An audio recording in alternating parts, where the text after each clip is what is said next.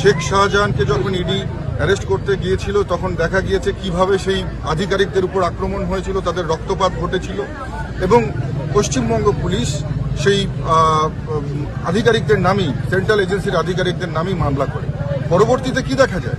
পরবর্তীতে তো সন্দেশখালী গর্জে ওঠে, মায়েরা গর্জে ওঠে এবং হাইকোর্টের, মহামান্য হাইকোর্টের আদেশে শেষ পর্যন্ত রাজ্য সরকার বাধ্য হয় শেখ শাহজাহানকে গ্রেপ্তার করতে। অর্থাৎ প্রথমে গায়ের জোর দিয়ে চেষ্টা করা হয় যারা সমাজের চোখে অপরাধী তাদেরকে বাঁচাবার। এটাই হচ্ছে মমতা বন্দ্যোপাধ্যায়ের রাজনীতি। যারা সমাজে যারা ক্রূরতা করে, যারা হিংসা ছড়ায়, যারা এক কথায় যারা সমাজের চোখে অপরাধী তাদেরকে তৃণমূলের পতাকা দিয়ে আড়াল করা, এটাই হচ্ছে মমতা বন্দ্যোপাধ্যায়ের কাজ।